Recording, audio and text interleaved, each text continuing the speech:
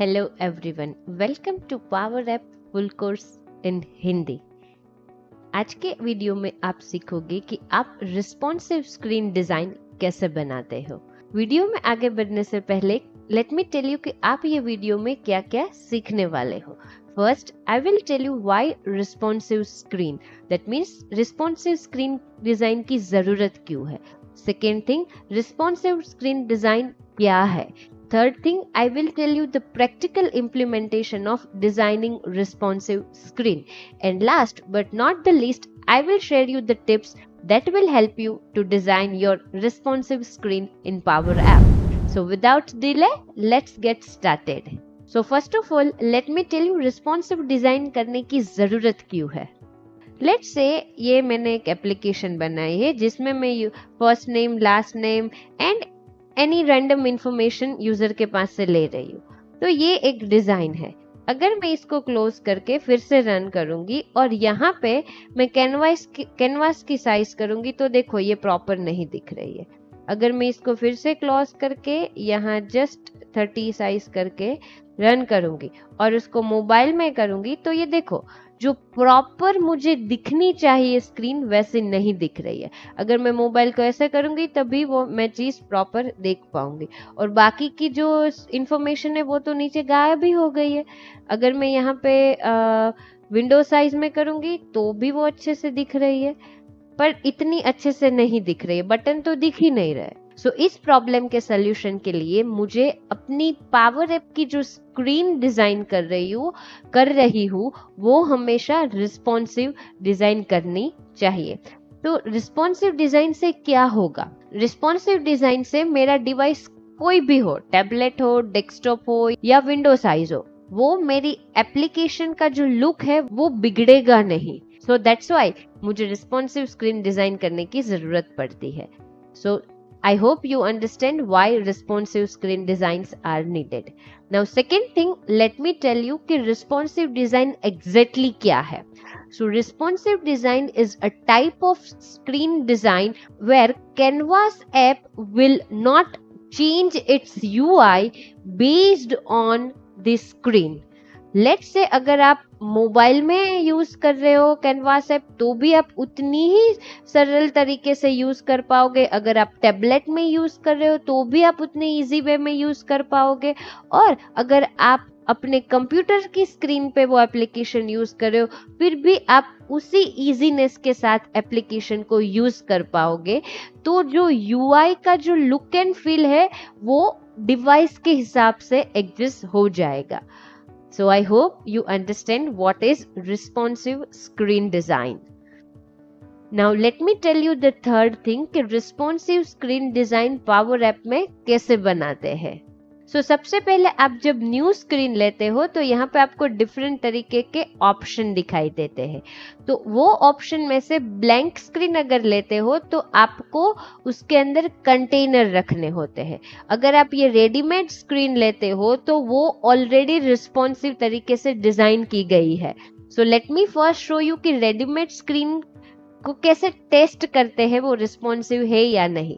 तो मैं यहाँ पे ऐसी साइड बार वाली स्क्रीन लेती हूँ। Let me close that and let me just refresh this browser. तो मैंने यहाँ पे जो आपको स्क्रीन दिख रही है वो स्क्रीन 3 चीजों में बटी हुई है। एक तो हेडर, फिर लेफ्ट नेविगेशन एंड जो उसका मेन नेविगेशन है। हमें चेक करना है कि वो रिस्पॉन्सिव है कि नहीं। तो let me just add one any random element.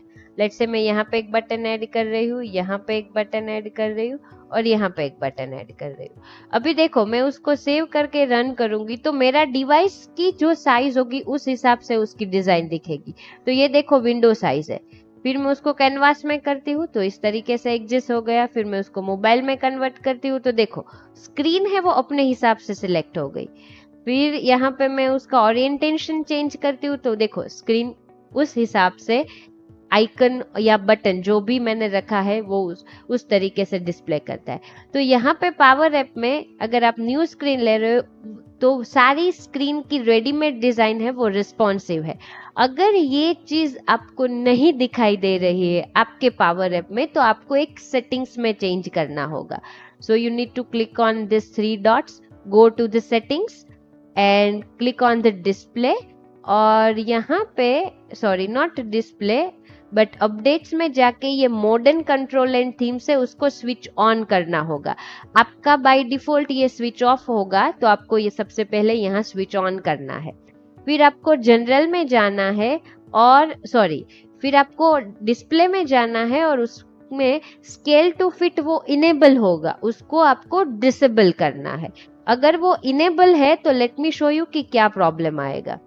यहाँ पे सेव करके देती हूँ, तो देखो ये तो स्क्रीन डिजाइन हो गई, लेकिन अगर मैं इसका ओरिएंटेशन चेंज करती हूँ तो देखो ये प्रॉपर दिख नहीं रही है। इसीलिए हमेशा सेटिंग्स में स्केल टू फिट है वो ऑफ रखना है, वो ऑन होता है हमें ऑफ रखना है।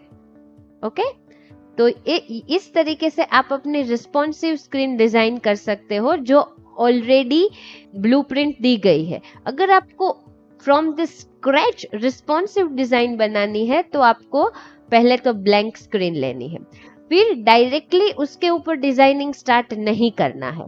सबसे पहले आपको एक कंटेनर लेना है। अभी कंटेनर है वो 3 तरीके के होते हैं।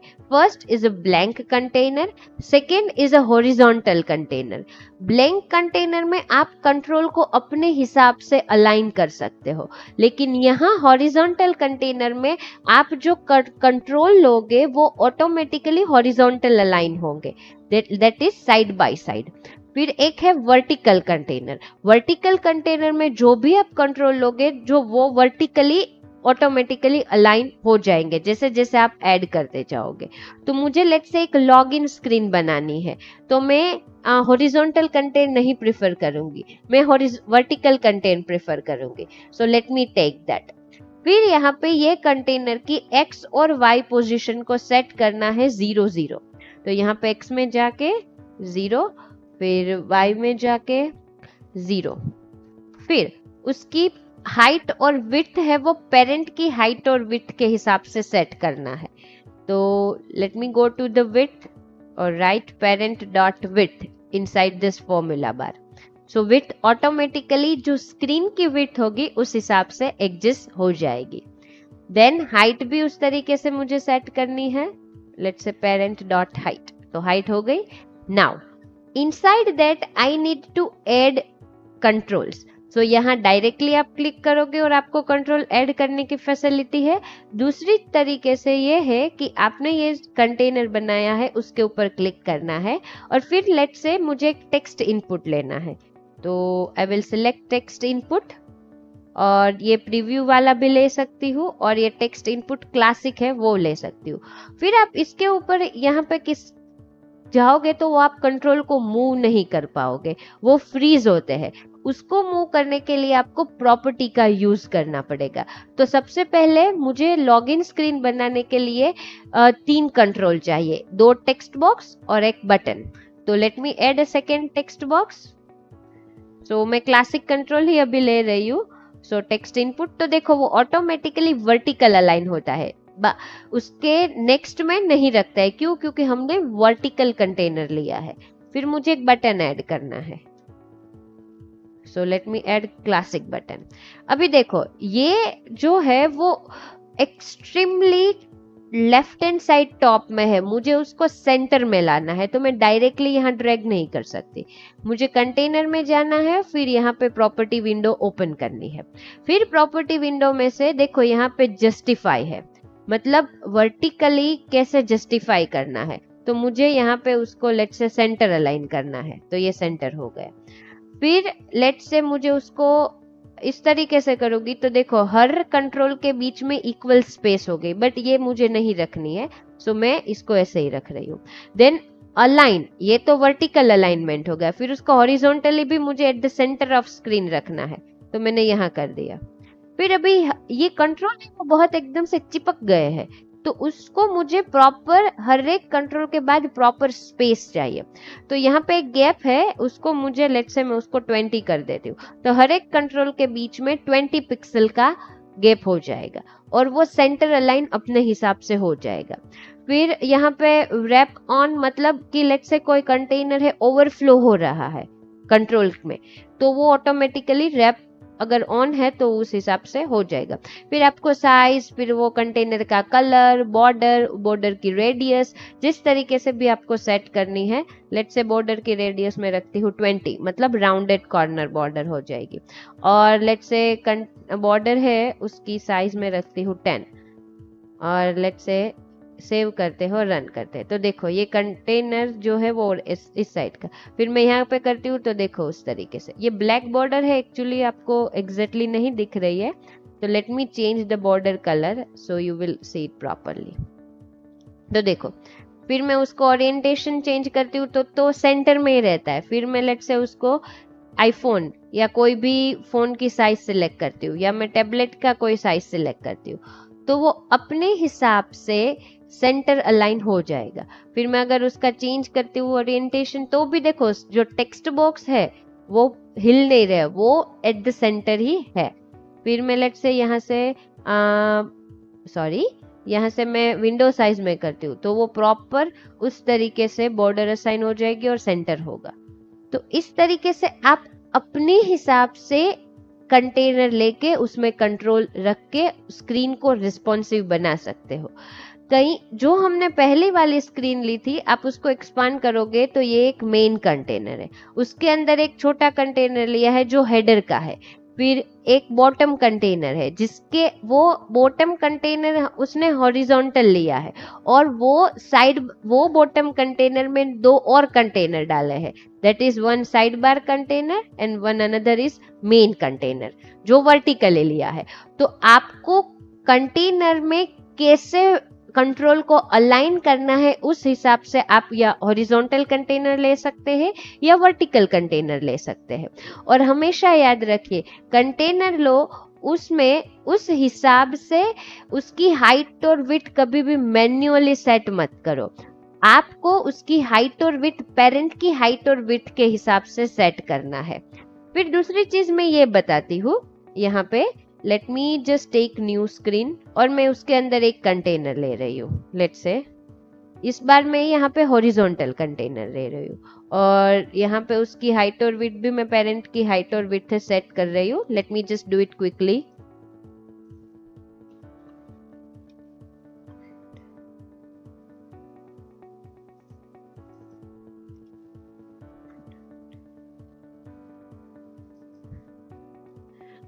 अभी इसके अंदर मुझे दो कंटेनर लेने हैं, पर वो कंटेनर में वर्टिकल कंटेनर लेती हूँ। तो यहाँ पे स्क्रीन में क्लिक करना है, नॉट इन दैट स्क्रीन, जो भी मैंने स्क्रीन वो कंटेनर जाना है और उसके अंदर फिर से एक और कंटेनर लेना है। तो ये वर्टिकल कंटेनर फर्स्ट, और इसी के अंदर मुझे सेकेंड कंटेनर, तो मैं टॉप कंटेनर है उसके ऊपर फिर क्लिक करूंगी और कंटेनर लेती हूँ। ओके, मैंने शायद पहला वर्टिकल ही लिया था तो दूसरा भी वर्टिकल लूंगी। तो यहाँ देखो साइड बाय साइड हो गए। Now let me just quickly set the border so you can easily differentiate.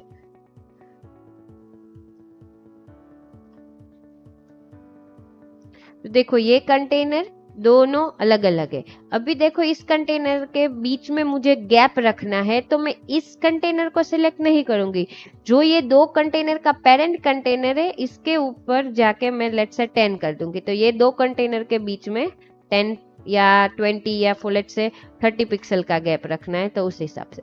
अभी इस कंटेनर को लेट से मुझे स्क्रीन की 1/4 पोजीशन ऑक्यूपाई करनी है, और बाकी के कंटेनर को स्क्रीन की जो पोजीशन है उस तरीके से ऑक्यूपाई करनी है। तो आपको लेट से ये कंटेनर में जाना है और यहाँ पे ये कंटेनर में जाना है, उसके अंदर जो है उस हिसाब से मुझे सेट करना है। इस तरीके से आप अपने कंटेनर डिजाइन कर सकते हो। अगर मैं यहाँ पे कोई देखो ये इसके अंदर एक बटन ले रही हूँ और इसके अंदर एक बटन ले रही हूँ, और फिर मैं उसको सेव करके रन कर रही हूँ, तो अकॉर्डिंग टू जो भी मेरी स्क्रीन साइज होगी उस हिसाब से ये सेट हो जाएगा। तो देखो ओरिएंटेशन चेंज करती हूँ तो भी वो प्रॉपर ही अलाइनमेंट में रहता है। तो आपकी मोबाइल स्क्रीन होगी तो उस तरीके से, फिर आपका जो भी मोबाइल का साइज या स्क्रीन का साइज होगा उस हिसाब से वो container side by side align हो जाएंगे। तो इस तरीके से आप अपनी रिस्पॉन्सिव स्क्रीन डिजाइन कर सकते हो। सो आई होप आपको पता चल गया। यहाँ पे मैं अभी एक आपके साथ टिप शेयर करने वाली हूँ जो आपको अपनी रिस्पॉन्सिव स्क्रीन डिजाइन के लिए हेल्प करेंगे। सो टिप नंबर 1, हमेशा कोई भी कंट्रोल है वो डायरेक्टली कैनवास ऐप पे ना रखे। पहले तो एक कंटेनर ले और वो कंटेनर के अंदर कंट्रोल रखे। अगर आपको स्क्रीन है, आपकी स्क्रीन की डिजाइन है, हमेशा इस डिजाइन में से सिलेक्ट करें पॉसिबल हो तो। डायरेक्ट आप अपने हिसाब से अगर रिस्पॉन्सिव स्क्रीन बनाने जाएंगे तो it will take time, but यहाँ पे रेडीमेड पॉसिबल ब्लूप्रिंट दी गई है तो उस हिसाब से ले। टिप नंबर 3, अगर आप कोई नेस्टेड कंटेनर ले रहे हो तो हमेशा उसके अंदर जो कंटेनर ले रहे हो उस 2 कंटेनर के बीच में थोड़ा गैप रखे, जैसे इजीली पता चले कि ये कंटेनर यहाँ खत्म हो रहा है और दूसरा कंटेनर यहाँ खत्म हो रहा है, और उसके बीच में थोड़ा गैप रखने से इजीली डिफरेंशिएट हो सकते हैं। टिप नंबर 4, हमेशा आपको मॉडर्न थीम एंड कंट्रोल को ऑन रखना है। एंड टिप नंबर 5, आपको स्केल टू फिट फीचर है उसको ऑफ रखना है। सो ये सारी टिप्स है जो आपको यूजफुल रहेगी आपको रिस्पॉन्सिव स्क्रीन डिजाइन करने में। सो वीडियो को एंड करने से पहले लेट मी टेल यू कि आपने ये वीडियो में क्या क्या सीखा। फर्स्ट चीज आपने सीखी कि रिस्पॉन्सिव डिजाइन की जरूरत क्यों है। सेकेंड चीज आपने सीखी कि रिस्पॉन्सिव डिजाइन एक्चुअल में है क्या। थर्ड चीज आपने रिस्पॉन्सिव डिजाइन का प्रैक्टिकल इम्प्लीमेंटेशन देखा। एंड फिफ्थ चीज मैंने आपको टिप्स बताई जो आपको रिस्पॉन्सिव स्क्रीन डिजाइन करने में मदद करेंगे। So thank you for choosing know how academy. अगर आपको इस वीडियो के रिलेटेड कोई भी क्वेश्चन है तो आप अपना क्वेश्चन बेझिझक कमेंट सेक्शन में पूछ सकते हो। Stay tuned and keep learning.